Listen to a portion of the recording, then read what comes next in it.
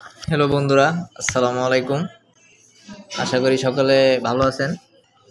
আমি আজকে আপনাদেরকে ফেসবুকের ব্যাংক সেটআপ নিয়ে কথা বলবো এবং ব্যাংক সেটআপ দেখাবো আপনাদেরকে।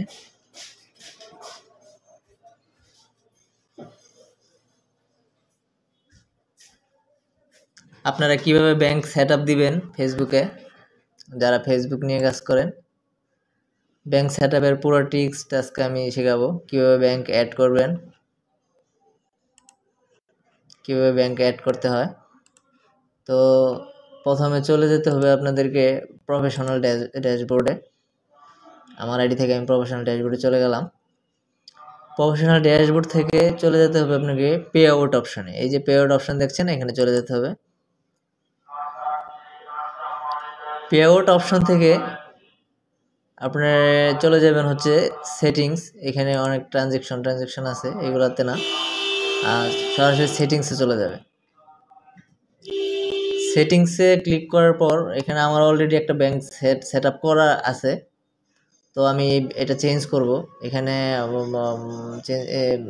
একই সিস্টেম, এখানে অ্যাড লেখা থাকবে। যদি আপনারা নতুন করে কেউ চেঞ্জ করেন, নতুন করে কেউ যদি অ্যাকাউন্ট ক্রিয়েট করেন, সেক্ষেত্রে এখানে ক্রিয়েট দেখাবে, নতুন অ্যাড দেখাবে, অ্যাড পেমেন্ট। সো আমি এই ব্যাংক ডিটেলে চলে যাচ্ছি।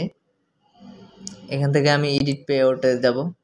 আমি এখান থেকে ম্যানুয়ালি লিঙ্ক ব্যাংক অ্যাকাউন্ট, এখানে ম্যানুয়ালি আমি ব্যাংকে লিঙ্ক করব। তো এখানে আমার নাম দিয়ে দিব।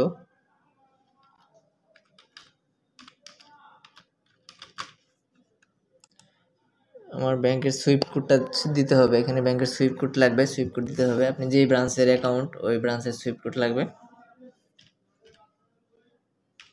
আমার যেহেতু ব্যাংক এশিয়া,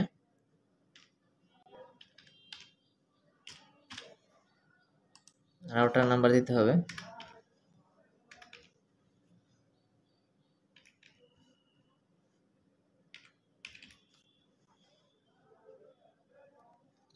আপনারা প্রথমে যারা অ্যাড করবেন, তাদের প্রথমে এরকম অপশন আসবে, এরকম করেই দিতে হবে। আমি আপডেট করে দিচ্ছি।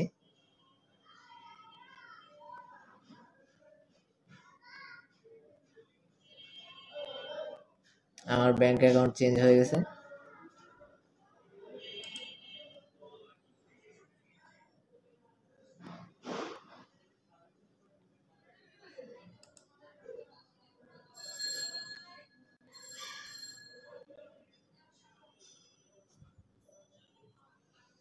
তো আপনারা এইভাবে ব্যাংকের অ্যাড্রেস দেন আপনাদের মতো করে, একদম ইজি।